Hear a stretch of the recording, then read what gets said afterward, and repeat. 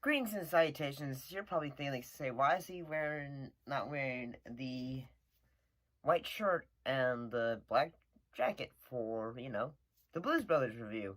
Well, I didn't have the black tie, and the sunglasses to complete the full look, so there's that.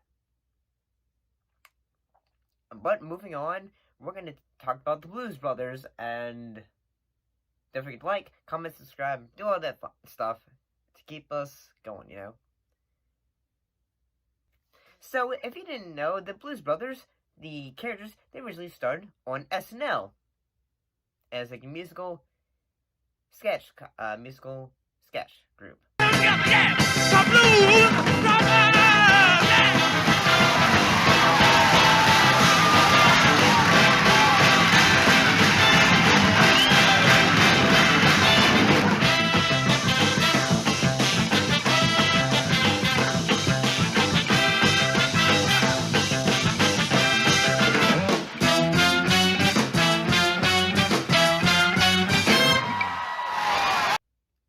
And the film came out in 1980, and it was directed by John Landis.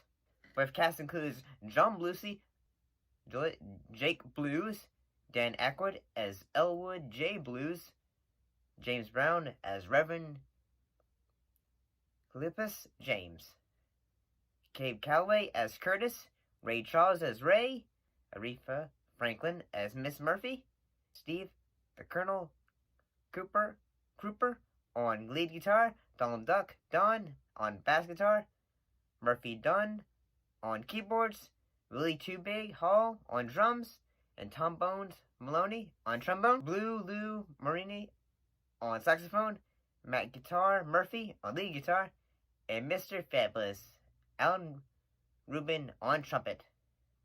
The rest of the cast includes Carrie Fisher as a mysterious woman, Henry Gibson as the group Fair, John Candy as Burnt Mercer, John Lee Hooker as Street Slim, and Kathleen Freeman as Sister Mary Sigmata, or aka the Penguin, and Maury Sline as the agent who organizes the group's venues. So basically, what was the plot of the Blues Brothers? The plot of the Blues Brothers is after Jake gets out of jail, he and his brother says, hey, well, let's go see the Penguin. Then I said, I guess you're really up shit creek. Ow! Christ, Jake, take it easy, man. Elwood. Oh, Jesus Christ. Ow! Jesus Christ. Shit. Or his sister, Mary, and, try to see how things are going. But unfortunately, things aren't going so well, and the fact that the orphanage that they grew up in is, well, they haven't been paying their taxes, and they need to go get $5,000 to be able to, save it. So, one way they do it is get the band back together for a show. And when the words from the group is, We got an understanding. We're on a mission from God.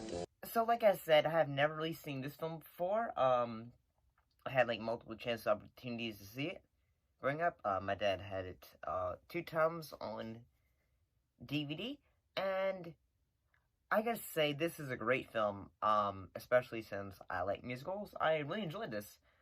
I think the film opens up really great in the fact we don't really see Jake until we see Elwood, and that's when we first see them. We don't know, okay. We see his tattoos on his hands, so then, okay, we get an idea of who it is.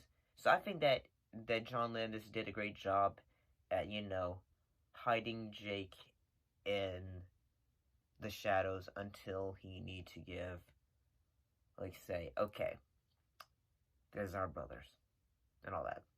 I gotta say that the music from, whether it's from Aretha Franklin, Ray Charles, or heck, even James Brown, the music all holds up. The one thing that makes this film truly fun is the music, and that it keeps it upbeat, it keeps it energetic, whether it's the church sequence,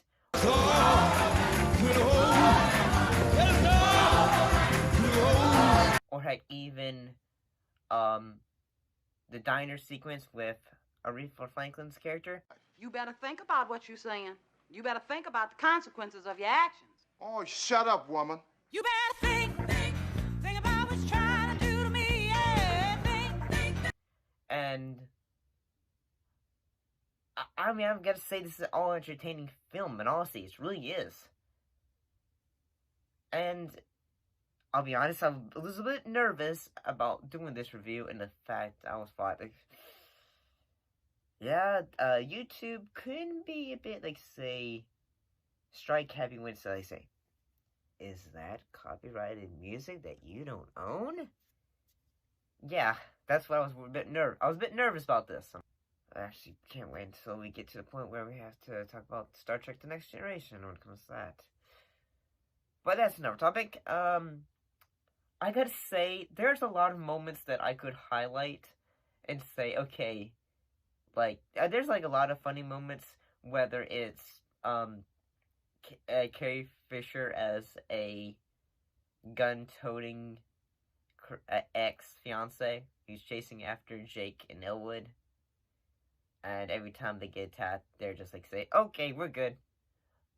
But I gotta say, the moment that I thought, okay, I laughed out loud, was, like, during the whole end of the film where they have their chase sequence, and, like, say, everyone's chasing, whether it's from the cops, or, heck, even the Nazis, the neo-Nazis. I gotta say, the Ride of the Valkyries. There they are.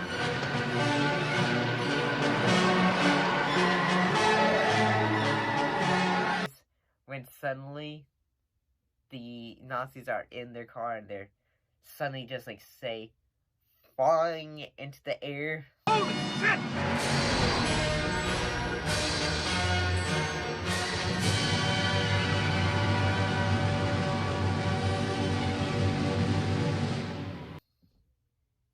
And then every guy goes like, say, I've always loved you. and then they just, like, land and make a giant crater in the ground.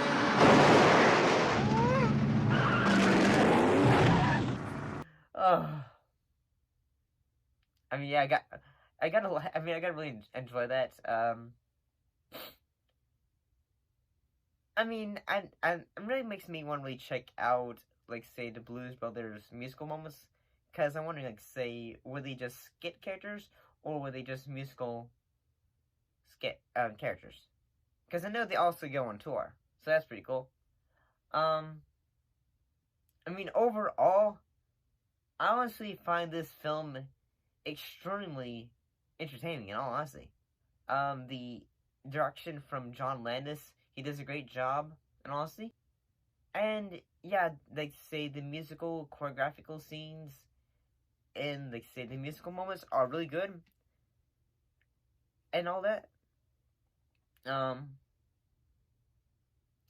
And although there's many moments where it jumps the shark, whether it's the chase sequences, I still think they work.